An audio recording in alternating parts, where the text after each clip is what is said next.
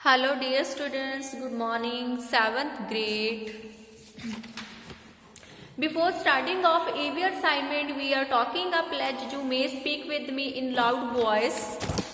Pledge. I, Satvinder, committed to be vigilant and wear mind at all times to risk to myself and my colleagues from COVID-19. I promise to take all necessary precautions that prevent the spread of this deadly virus. I promise to follow and encourage others to follow the key COVID appropriate behaviors, to always wear a mask, face cover, especially when in public places, to maintain a minimum distance of 6 feet from others, to wash my hands frequently and thoroughly with soap and water. Together we will win this fight against COVID-19. ਸੁਨਹਿਰੀ ਬੋਲੀ 7th grade Punjabi ਪਾਠ ਪੁਸਤਕ chapter number 20। ਬੱਚਿਓ ਅੱਜ ਆਪਾਂ chapter ਪੜ੍ਹਨਾ 20 ਜੋ ਕਿ ਇੱਕ ਕਹਾਣੀ ਹੈ ਜਿਸ ਨੂੰ ਸੁਖਦੇਵ ਸਿੰਘ ਗਰੇਵਾਲ ਨੇ ਲਿਖਿਆ ਹੈ। ਅਮਨ ਆਰਤੀ ਅਤੇ ਅਮਨਪ੍ਰੀਤ ਸ਼ਹਿਰ ਦੇ ਇੱਕ ਹੀ ਸਕੂਲ ਵਿੱਚ ਪੜ੍ਹਦੀਆਂ ਸਨ। ਉਹ ਲਗਭਗ ਇੱਕੋ ਉਮਰ ਦੀਆਂ ਸਨ। ਉਹਨਾਂ ਦਾ ਆਪਸ ਵਿੱਚ ਕਹਿੰਦੇ ਬਹੁਤ ਹੀ ਗੂੜਾ ਸੁਹੇਲਪਣਾ ਸੀ, ਭਾਵ ਆਪਸ ਵਿੱਚ ਕੀ ਆ ਗੂੜੀਆਂ ਸਹੇਲੀਆਂ ਸਨ। ਅਮਨ ਦੇ ਪਿਤਾ ਦੀ ਕੱਪੜੇ ਦੀ ਚੰਗੀ ਦੁਕਾਨ ਚੱਲਦੀ ਸੀ। ਕਹਿੰਦੇ ਆਰਤੀ ਦਾ ਪਿਤਾ ਸ਼ਹਿਰ ਦਾ ਕੀ ਸੀ, ਇੱਕ ਪ੍ਰਸਿੱਧ ਕਾਰਖਾਨੇਦਾਰ ਸੀ। ਪ੍ਰਸਿੱਧ ਕਾਰਖਾਨੇਦਾਰ ਭਾਵ ਉਹਦਾ ਇੱਕ ਕਾਰਖਾਨਾ ਸੀ। ਅਮਨਪ੍ਰੀਤ ਇੱਕ ਗਰੀਬ ਬਾਜ਼ੀਗਰ ਦੀ ਧੀ ਸੀ। ਅਮਨ ਨੇ ਆਰਤੀ ਦੇ ਘਰ ਨਾਲ ਸਨ, ਪਰ ਅਮਰਪ੍ਰੀਤ ਦਾ ਘਰ ਸ਼ਹਿਰ ਦੇ ਬਾਹਰਲੇ ਪਾਸੇ ਬਾਜ਼ੀਗਰਾਂ ਦੀ ਬਸਤੀ ਵਿੱਚ ਸੀ। ਅਮਰਪ੍ਰੀਤ ਰੋਜ਼ ਸਵੇਰੇ ਅਮਨ ਦੇ ਘਰ ਜਾਂਦੀ ਸੀ ਤੇ ਉੱਥੇ ਤਿੰਨੇ ਕੁੜੀਆਂ ਇਕੱਠੀਆਂ ਹੋ ਕੇ ਕੀ ਆ ਕਹਿੰਦੇ ਸਕੂਲ ਜਾਂਦੀਆਂ ਸਨ। ਤਿੰਨਾਂ ਹੀ ਕੁੜੀਆਂ ਨੂੰ ਗਾਉਣ ਦਾ ਬੜਾ ਹੀ ਸ਼ੌਂਕ ਸੀ। ਸਕੂਲ ਦੇ ਹਰ ਸਮਾਗਮ ਵਿੱਚ ਉਹਨਾਂ ਨੂੰ ਗਾਉਣ ਲਈ ਕਿਹਾ ਜਾਂਦਾ ਸੀ। ਸਕੂਲ ਤੋਂ ਬਾਹਰ ਹੋਣ ਵਾਲੇ ਸਮਾਗਮਾਂ ਵਿੱਚ ਵੀ ਉਹਨਾਂ ਨੂੰ ਕਹਿੰਦੇ ਭੇਜਿਆ ਜਾਂਦਾ ਸੀ। ਉਹ ਹਰ ਸਮਾਗਮ ਵਿੱਚੋਂ ਇਨਾਮ ਪ੍ਰਾਪਤ ਕਰਕੇ ਆਉਂਦੀਆਂ ਸਨ। ਜਿੱਥੋਂ ਤੱਕ ਪੜ੍ਹਾਈ ਦਾ ਪ੍ਰਬੰਧ ਸੀ, ਅਮਨਪ੍ਰੀਤ ਸਭ ਤੋਂ ਹੁਸ਼ਿਆਰ ਸੀ। ਉਹ ਹਮੇਸ਼ਾ ਆਪਣੀ ਸ਼੍ਰੇਣੀ ਚੋਂ ਕਹਿੰਦੇ ਪਹਿਲੇ ਨੰਬਰ ਤੇ ਆਉਂਦੀ ਸੀ। ਬਹੁਤ ਵਾਰੀ ਆਪਣੇ ਸਾਥੀਆਂ ਮਿੱਤਰਾਂ ਸਹੇਲੀਆਂ ਨੂੰ ਆਪਣੇ ਨਾਲੋਂ ਬਹੁਤ ਹਰਮਨ ਪਿਆਰਾ ਹੋਣ ਕਰਕੇ ਉਹਨਾਂ ਨਾਲ ਕੀ ਕਹਿੰਦੇ ਉਹ ਈਰਖਾ ਕਰਦੀ ਸੀ। ਇਹ ਮਨੁੱਖੀ ਸੁਭਾਅ ਦਾ ਹਿੱਸਾ ਹੈ। ਅਮਨਪ੍ਰੀਤ ਨੇ ਅਮਨ ਦਾ ਆਪਸ ਵਿੱਚ ਬਹੁਤ ਪਿਆਰ ਸੀ। ਉਸਦੇ ਮਾਤਾ ਪਿਤਾ ਵੀ ਇੱਕ ਦੂਜੇ ਦੇ ਘਰ ਆਉਂਦੇ ਜਾਂਦੇ ਸਨ। ਕਈ ਵਾਰ ਅਮਨ ਵੀ ਅਰਸ਼ਪ੍ਰੀਤ ਦੇ ਘਰ ਰਹਿ ਪੈਂਦੀ ਸੀ। ਆਰਤੀ ਨੂੰ ਇਹ ਗੱਲ ਚੁੱਭਦੀ ਸੀ, ਭਾਵ ਉਹ ਚੰਗਾ ਨਹੀਂ ਸੀ ਸਮਝਦੀ। ਉਸਨੂੰ ਆਪਣੀ ਵੱਡੀ ਕੋਠੀ, ਸਕੂਟਰਾਂ, ਕਾਰਾਂ ਤੇ ਨੌਕਰਾਂ ਦਾ ਕਹਿੰਦੇ ਬਹੁਤ ਹੀ ਘਮੰਡ ਸੀ। ਉਹ ਆਪਣੇ ਆਪ ਨੂੰ ਦੋਵੇਂ ਕੁੜੀਆਂ ਨਾਲ ਉੱਚਾ ਸਮਝਦੀ ਸੀ। ਈਰਖਾ ਦੀ ਬਿਮਾਰੀ ਐਸੀ ਭੈੜੀ ਬਿਮਾਰੀ ਹੈ ਕਹਿੰਦੇ ਜਿਸ ਦਾ ਕੋਈ ਵੀ ਇਲਾਜ ਨਹੀਂ ਹੁੰਦਾ। ਇਹ ਬਿਮਾਰੀ ਕਹਿੰਦੇ ਜੇ ਲੱਗ ਜਾਵੇ ਤਾਂ ਹਟਣ ਦਾ ਨਾਮ ਨਹੀਂ ਲੈਂਦੀ, ਸਗੋਂ ਇਹ ਦਿਨ ਵੇ ਦਿਨ ਵੱਧਦੀ ਜਾਂਦੀ ਹੈ। ਆਰਤੀ ਵੀ ਇਸ ਬਿਮਾਰੀ ਦਾ ਸ਼ਿਕਾਰ ਹੋ ਗਈ। ਸੋ ਹਰ ਵੇਲੇ ਅਮਨ ਅਤੇ ਅਰਸ਼ਪ੍ਰੀਤ ਬਾਰੇ ਸੋਚਦੀ ਰਹਿੰਦੀ ਸੀ ਕਿ ਇਹਨਾਂ ਦੀ ਦੋਸਤੀ ਨੂੰ ਕਿਵੇਂ ਤੋੜਿਆ ਜਾ ਸਕੇ ਜਾਂ ਕਿਵੇਂ ਘੱਟ ਕੀਤਾ ਜਾ ਸਕੇ। ਪੱਕੇ ਇਮਤਿਹਾਨਾਂ ਦੇ ਦਿਨ ਨੇੜੇ ਆ ਗਏ ਸਨ। ਅਮਨ ਦੇ ਬੈਗ ਵਿੱਚ ਕਦੇ ਪੈਨ ਗੁੰਮ ਹੋ ਜਾਂਦਾ ਸੀ, ਕਦੇ ਪੈਨਸਿਲ ਗੁੰਮ ਹੋ ਜਾਂਦੀ ਸੀ, ਕਦੇ ਰਬੜ ਗੁੰਮ ਹੋ ਜਾਂਦੀ ਸੀ। ਅਮਨ ਪਹਿਲਾਂ ਤਾਂ ਇਹ ਸੋਚਦੀ ਸੀ ਕਿ ਸ਼ਾਇਦ ਉਸ ਕੋਲੋਂ ਹੀ ਕਿਤੇ ਇੱਧਰ ਉੱਧਰ ਗਿਰ ਗਏ ਹੋਣਗੇ ਜਾਂ ਫਿਰ ਇੱਧਰ ਉੱਧਰ ਕਿਤੇ ਰੱਖ ਗਏ ਹੋਣਗੇ। ਪਰ ਜਦੋਂ ਮੁੜ ਕੇ ਇਹ ਗੱਲ ਹੋਣ ਲੱਗੀ ਤਾਂ ਉਸ ਨੂੰ ਕਹਿੰਦੇ ਸ਼ੱਕ ਹੋਰ ਜ਼ਿਆਦਾ ਵੱਧ ਗਿਆ।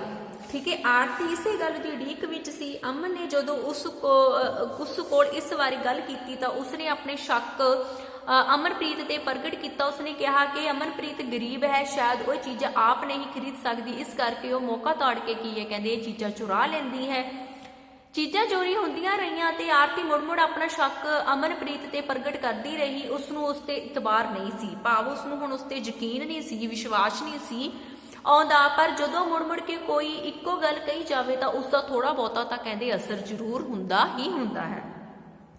ਨਤੀਜੇ ਦੇ ਤੌਰ ਤੇ ਅਮਨ ਨੇ ਅਮਨਪ੍ਰੀਤ ਵਿੱਚ ਆਪਸੀ ਪਿਆਰ ਤੇ ਇਤਬਾਰ ਘਟਣਾ ਗਿਆ। ਆਰਤੀ ਅੰਦਰੋਂ ਬਹੁਤ ਖੁਸ਼ ਸੀ ਕਿ ਉਸਦਾ ਜਾਦੂ ਚੱਲ ਪਿਆ ਹੈ, ਭਾਵ ਜੋ ਉਸਨੇ ਸੋਚਿਆ ਉਹ ਹੋ ਰਿਹਾ ਹੈ। ਅਮਨਪ੍ਰੀਤ ਹੈਰਾਨ ਸੀ ਕਿ ਅਮਨ ਨੂੰ ਕੀ ਹੋ ਗਿਆ ਹੈ, ਉਹ ਉਸ ਨਾਲ ਚੁੱਪਚਾਪ ਕਿਉਂ ਰਹਿੰਦੀ। ਉਸਨੇ ਕਈ ਵਾਰੀ ਅਮਨ ਨੂੰ ਰੋਕ ਕੇ ਪੁੱਛਣਾ ਵੀ ਚਾਹਿਆ ਉਸ ਕੋਲ, ਉਹ ਚੁੱਪ ਕਹਿੰਦੇ ਤੇਜ਼ੀ ਨਾਲ ਚਲੇ ਜਾਂਦੀ। ਸਮਾਜਿਕ ਸਿੱਖਿਆ ਦੇ ਇਮਤਿਹਾਨ ਤੋਂ 2-3 ਦਿਨ ਪਹਿਲਾਂ ਅਮਨ ਦੀ ਕਹਿੰਦੇ ਸਮਾਜਿਕ ਦੀ ਪੁਸਤਕ ਚੋਰੀ ਹੋ ਗਈ ਸੀ। ਸਮਾਜਿਕ ਦੀ ਦੁਹਰਾਈ ਲਈ ਉਸ ਨੂੰ ਕਹਿੰਦੇ ਪੁਸਤਕ ਦੀ ਬਹੁਤ ਹੀ ਸਖਤ ਲੋੜ ਸੀ। ਅਮਰਪ੍ਰੀਤ ਨੂੰ ਇਸ ਚੋਰੀ ਲਈ ਜ਼ਿੰਮੇਵਾਰ ਸਮਝਣ ਕਰਕੇ ਉਸਦੇ ਘਰ ਜਾਣਾ ਵੀ ਠੀਕ ਨਹੀਂ ਸਮਝਦੀ ਸੀ। ਠੀਕ ਹੈ, ਉਹ ਅਚਾਨਕ ਆਰਤੀ ਦੇ ਘਰ ਚਲੀ ਗਈ। ਆਰਤੀ ਬਾਜ਼ਾਰ ਗਈ ਹੋਈ ਸੀ। ਉਸਦੀ ਮਾਂ ਨੇ ਅਮਨ ਨੂੰ ਕਿਹਾ ਕਿ ਉਸਦੇ ਕਮਰੇ ਵਿੱਚ ਜਾ ਕੇ ਆਪ ਵੀ ਕਿਤਾਬ ਦੇਖ ਲਵੇ। ਅਮਨ ਨੇ ਉਸਦੀਆਂ ਕਿਤਾਬਾਂ ਫੋਲਣੀਆਂ ਕਹਿੰਦੇ ਸ਼ੁਰੂ ਕਰ ਦਿੱਤੀਆਂ। ਉਹਨਾਂ ਵਿੱਚ ਚੋਰੀ ਦੀ ਕਿਤਾਬ ਵੀ ਸੀ। ਉਹਨਾਂ ਵਿੱਚ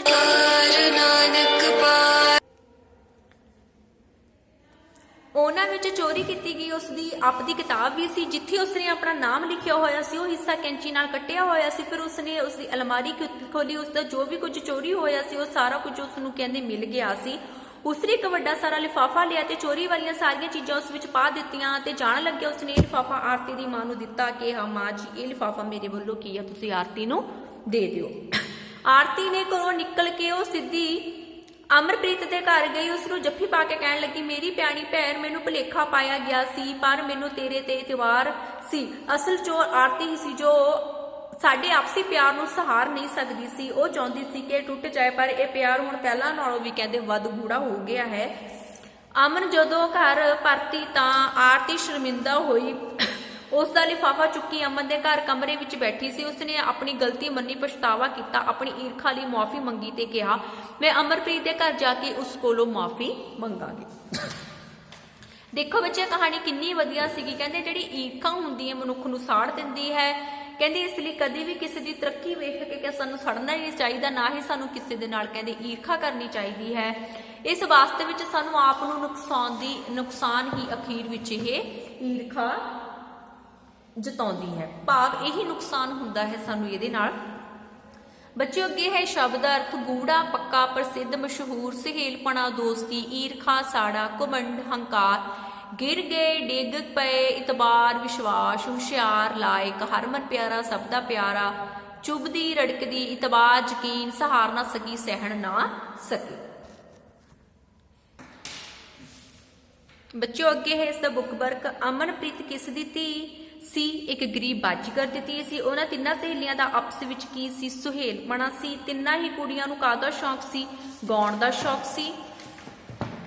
ਆਰਤੀ ਅਮਨ ਅਤੇ ਅਮਨਪ੍ਰੀਤ ਬਾਰੇ ਕੀ ਸੋਚਦੀ ਰਹਿੰਦੀ ਸੀ? ਦੋਸਤੀ ਤੋੜਨ ਵਾਲੇ ਸੋਚਦੀ ਰਹਿੰਦੀ ਸੀ। ਅਮਨ ਆਰਤੀ ਦੇ ਘਰ ਕੀ ਕਰਨ ਗਈ ਸੀ? ਕਿਤਾਬ ਲੈਣ ਗਈ ਸੀ। ਅਮਨ ਤੇ ਆਰਤੀ ਦੀ ਮਾਂ ਨੂੰ ਕੀ ਫੜਾਇਆ ਸੀ? ਇੱਕ ਲਿਫਾਫਾ ਫੜਾਇਆ ਸੀ।